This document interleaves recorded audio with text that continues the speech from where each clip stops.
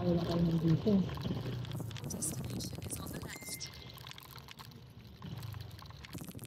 Ano mo? Meron naman sila eh. Mag-order naman tayo.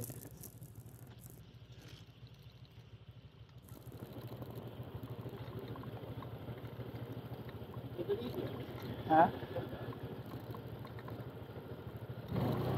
Saan ba magpapag? Pwede ba dito? Ano pangalan dito kaya? Joaquin. Joaquin. Ay, pwede pala mag-camping. Ha? Pwede pala mag-camping. Oo, dadala ka dito. Ma'am, saan pwede po mag-park?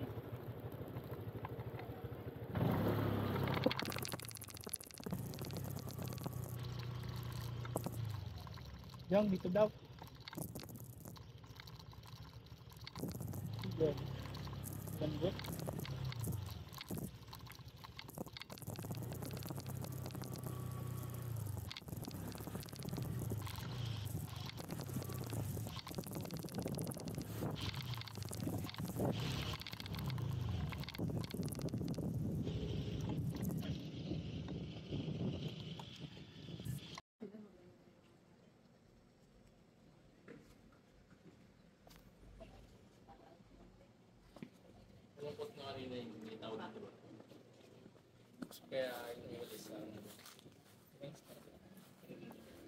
Ito pala CR Jong oh. Ay, na comfort room.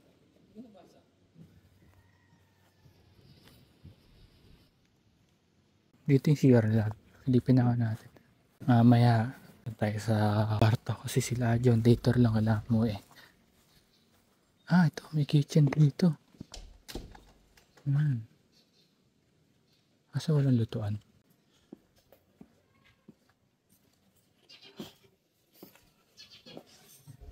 Walang lutuan. Pero may hugasan. Bagay, wala naman kami luluto.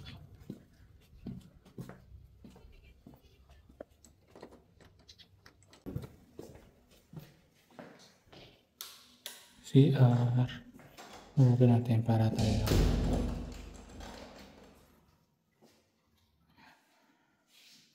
Ang linis oh. Naglinis si ate. Dito yung shower. Wait lang. Tayo sa gilid. Ayun yung taal. May simple sila dito. Sabi ni Ajok, tinanong niya doon sa may caretaker. By schedule daw. Ayun. Ewan ko kung totoo. By schedule.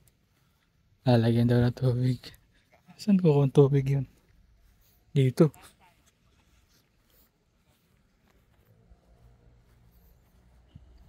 Parang dike na pala to agad oh. Siguro dito ano ng bangka. Ayan.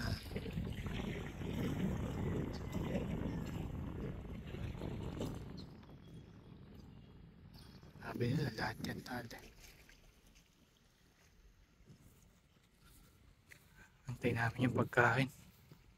Nag-order kami kasi walang pagkain dito.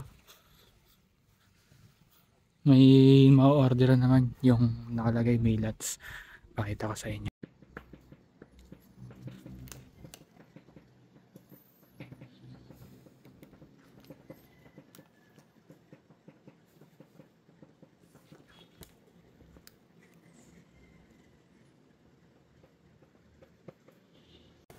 Ate, kain po.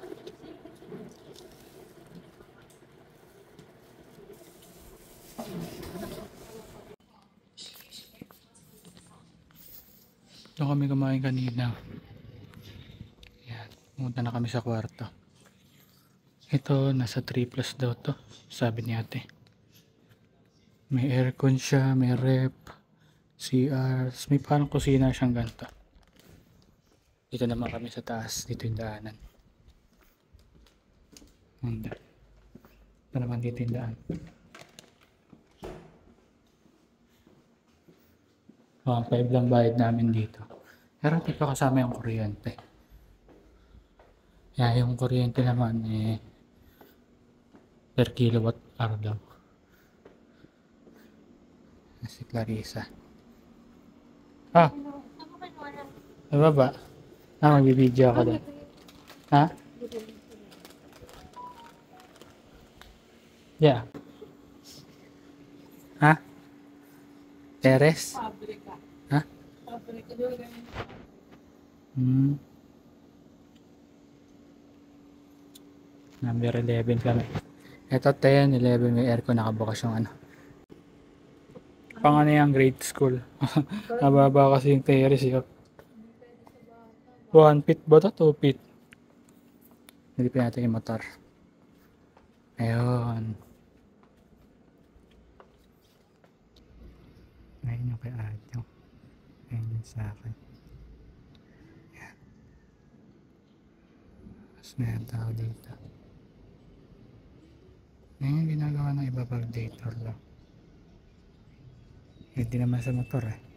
Ang iba ayun.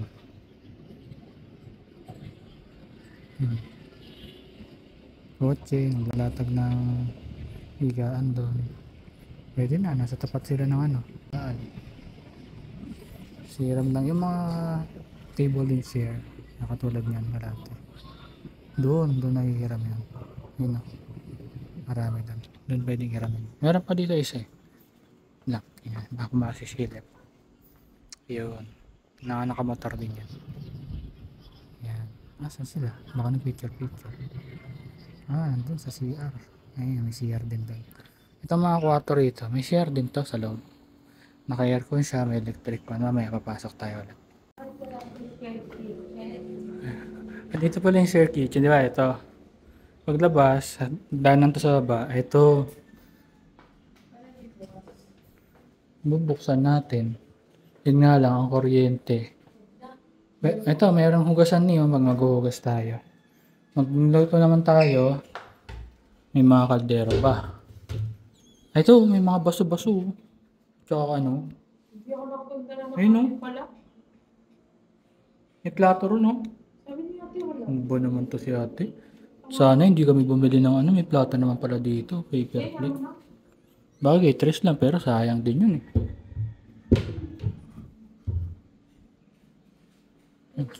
Na mesa.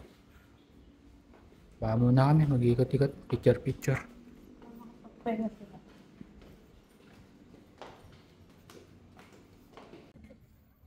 4:30 na. Wala na sila yung nakalis na. Ayan. Tamang tambay lang kami sa tapat ng ayan, nakaupo kami rito. Ayan, papakita ko sa inyo. Ayan si Lara nakaupo. Kanina doon kami sa ilalim ng puno ng maambon. Ayan, doon kami. Lumipat kami rito para maganda-ganda yung sinag ng ano. Wala sunset. Nandoon yung sunset eh. May mga mga day tour, mga 7 daw yan na alis. Kami overnight. Ito yung siguro kasama namin mag-overnight. Ayan sila ko dyan. Set up sila ng tent. Namang sightseeing lang kami rito. Tingnan namin yung mga ibon na yun. Dumadive kasi siya eh. Nakita ko eh. Tingnan natin yung isa. Dumadive siya tapos may nakukuha siyang isda yun. Ay tama. Dumadive sila di ba? Umalis na sila Adjong. Hindi tour lang pa din kasi sila kasi hindi sila pwedeng mag overnight. Nasikaso nila yung business nila. Tambay lang kami rito. Maya pasok na rin kami. Nilipat ko ng parking yung motor eh. Yun. Kasi dito lang kami. Sa pangalawang pinto doon sa taas. 5:25 na. Madami pa rin ibon ha. Ano sila eh. Dumadive tas kumakain. Ano yan? Kahoy. Natakot naman ako doon. Parang may mga parang may mga umaangat nga na isda. Kaya parang nag-high tide ng konti. Tumaas siya yun. Parang tumaas yung tubig. Ayun o. Nagdadive yung mga ibon. Dumakain sila ng mga isda. Ayun o. Diba? Yun.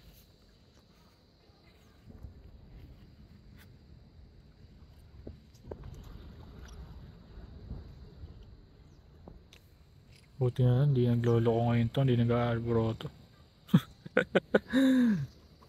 Kanya-kanyang takbuhan dito, magkataon. Eh, wala na sila ating nandito. Ayan, ako na lang nakapark. Dalawa na lang kaming guest na nandito ngayon, overnight. Ayan yung isa.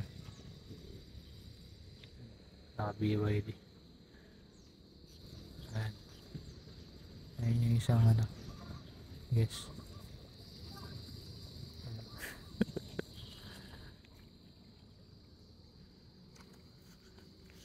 Siguro dito dinadako yung ano. Yung mga may bangkang baon. Yung hinihila ng mga pickup. Ah, naipon na siya dito. Ah, hindi. Nag-low tide ata. Ah, hindi rin. Tubig dito. Swimming pool dito, sabi ni Ajong. Ano daw? Ini-schedule daw, tapos lalagyan daw tubig. Ewan ko daw sa Raul. Ewan ko, hindi na ito ginagamit eh. Ewan ko lang chat niya na lang yung ano. Pero may ano yun. May hose yun. Siguro nga. Ewan ko. Doon lumalabas ang tubig. Ah, okay. Ilipin natin. Di, kasing level na lang din niya yung ano eh. Mahulog pa ako. Kasing level niya lang yung tubig eh. Tsura niya pa gabi. Hindi pa naka-on yung ilaw. Ginagawa ano. Mga naglalatag na ng lambat yan eh.